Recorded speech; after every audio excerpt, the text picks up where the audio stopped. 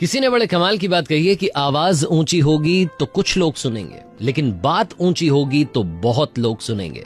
Hi guys, my FM से मैं हूं आरजे कार्तिक। एक छोटी सी कहानी। ये कहानी है 24 साल के लड़के की जिसके माँ बाप इस दुनिया में नहीं थे, जो सेठ के यहाँ पर नौकरी करता था और अपनी जिंदगी बिता रहा था। रोजाना सेठ के यहाँ जाता, काम करता, शाम में उसे पैसे मिलते, राशन इकट्ठा करता, घर पहुंचता, खाना बनाता, खाना खाता, सो जाता। यही रूटीन चल रहा था।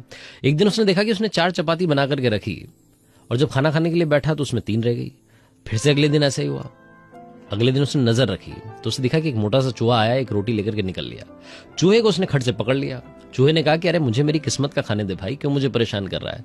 तो इस लड़के ने कहा कि मेरी किस्मत का मैं नहीं खा पा रहा हूं, मुझे रोज परेशान होना पड़ रहा है। 4 चपाती गिनती की बनी, उसमें से एक तुम ले जा रहे हो। चूहे ने कहा परेशान मत हो, तुम्हारी सारी समस्याओं का समाधान एक बंदा कर सकता है, उसके पास चले जाओ। तो इसने फिर से पूछा कि कौन कर सकता है। लड़के ने पूछा। चूहे ने कहा कि गौतम बुद्ध हैं, उनके पास जाओ, वो तुम्हारी हर समस्या का समाधान करेंगे। लड़के ने कहा ठीक है।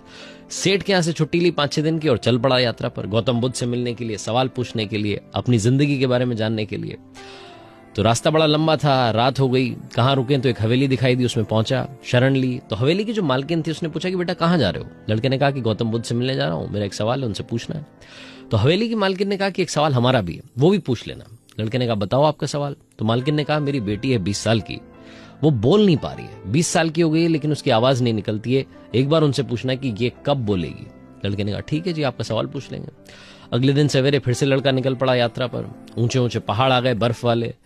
अब उसे लग रहा था कि पहाड़ कैसे पार करूंगा। तभी उसे उन पहाड़ों पर एक जादूगर तपस्या करता हुआ दिखाई दिया। जादूगर के पास गया, जाकर के बोला कि आप मुझे यहां से निकलने का रास्ता बताइए, मुझे गौतम बुद्ध से मिलने जाना है। तो जादूगर ने कहा कि रे यार बढ़िया जगह जा रहे हो, उनसे मेरा एक सवाल पूछ लेना। तो उस लड़के ने कहा कि बताओ आपका सवाल क्या है।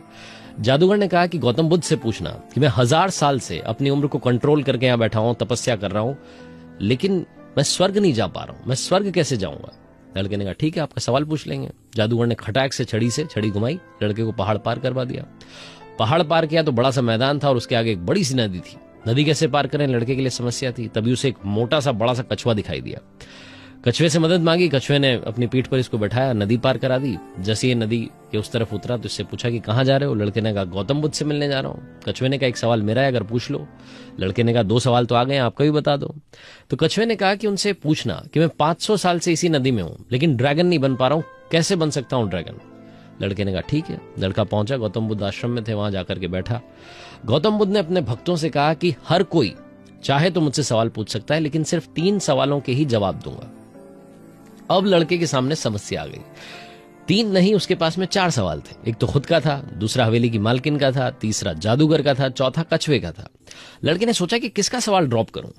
फिर उसको लगा कि कछुए का कर नहीं सकता, 500 साल से नदी में, जादूगर का भी नहीं कर सकता, 1000 साल से तपस्या कर रहा है, और वो लड़की जिसकी उम्र 20 साल है, जो बोल नहीं पा रही है, क्या होगा उसकी जिंदगी का। अभी तो उसे जिंदगी बितानी है, मेरा क्या, मैं तो सेठ के यहाँ नौकरी कर रहा हूं और मेहनत करूंगा। ये सोच करके लड़के ने अपना सवाल ड्रॉप कर दिया। तीनों के सवाल गौतम बुद्ध से पूछे। गौतम बुद्ध ने जवाब दिया। उन्होंने कहा कि कछुए से कहना कि वो जो कवच है उसके ऊपर, उसको उतार दे, जैसे ही कवच उतार देगा ड्रैगन बन जाएगा। फिर जादूगर का सवाल आया तो गौतम बुद्ध ने कहा कि जादूगर से कहना वो छड़ी फेंक दे। वो छड़ी फेंक नहीं रहा है, इसलिए वो स्वर्ग नहीं जा रहा है, वो छड़ी का त्याग नहीं कर रहा है। फिर गौतम बुद्ध ने कहा कि उस लड़की से कहना, उसकी मां से कहना कि जैसे ही इस लड़की की शादी होगी ये बोलना शुरू कर देगी। लड़के ने कहा ठीक है महाराज, आपको प्रणाम। लड़का वहां से चल दिया, वापस उसी रास्ते से आया। कछुए को आकर के बताया कि भैया ये कवच उतार दो, तुम ड्रैगन बन जाओगे।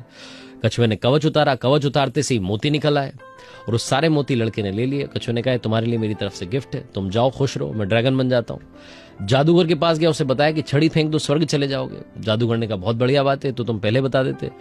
छड़ी फटाफट से लड़के को दी, जादूगर स्वर्ग निकल लिया। तो इधर इस लड़के के पास में धन भी आ गया, शक्ति भी आ गई।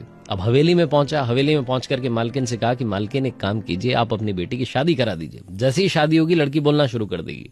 मालकिन ने कहा तुमसे बढ़िया दूल्हा कहां मिलेगा। इनकी शादी करवा दी गई। शादी होते से ही लड़की की आवाज निकल आई कि तुम तो वही हो जो उस दिन हवेली में आए थे। लड़की बोलने लग गई। लड़के के पास में हेल्थ अच्छी हो गई, वेल्थ अच्छी हो गई, पावर आ गई, जिंदगी सेटल हो गई। सिर्फ इसलिए क्योंकि लड़के ने अपने सवाल का त्याग कर दिया। इस दुनिया में कुछ पाने के लिए कुछ छोड़ना पड़ता है। जो जहाज होता है ना, वो भी समंदर के किनारे पर रहता है तब सुरक्षित रहता है, लेकिन किनारे से उस किनारे नहीं ले जा सकता। उस किनारे ले जाने के लिए उसे एक किनारा छोड़ना पड़ता है, लहरों को पार करना पड़ता है। मेरे दोस्त, लाइफ में अगर आप कुछ अचीव करना चाहते हैं तो ये जो आप आराम से जगने वाली जिंदगी बिता रहे हैं, थोड़ा जल्दी जगना शुरू कीजिए, मेहनत करना शुरू कीजिए, आलस्य का त्याग कीजिए। तभी आप लाइफ में वो सब कुछ पा पाएंगे जिसका सपना आपने देखा हुआ है। जिंदगी में हौसले के साथ, मेहनत के साथ उड़ान भरिए और कर दिखाओ कुछ ऐसा कि दुनिया करना चाहे आपके जैसा। हर सोमवार सुबह 9:30 बजे मेरे चैनल पर, मेरे पेज पर देखिए एक नई कहानी। सुनते रहिए माय एफएम। याद रखिए, अगर आप कुछ अच्छा सुन रहे हैं तो आप माय एफएम सुन रहे हैं। चलो आज कुछ अच्छा सुनते हैं।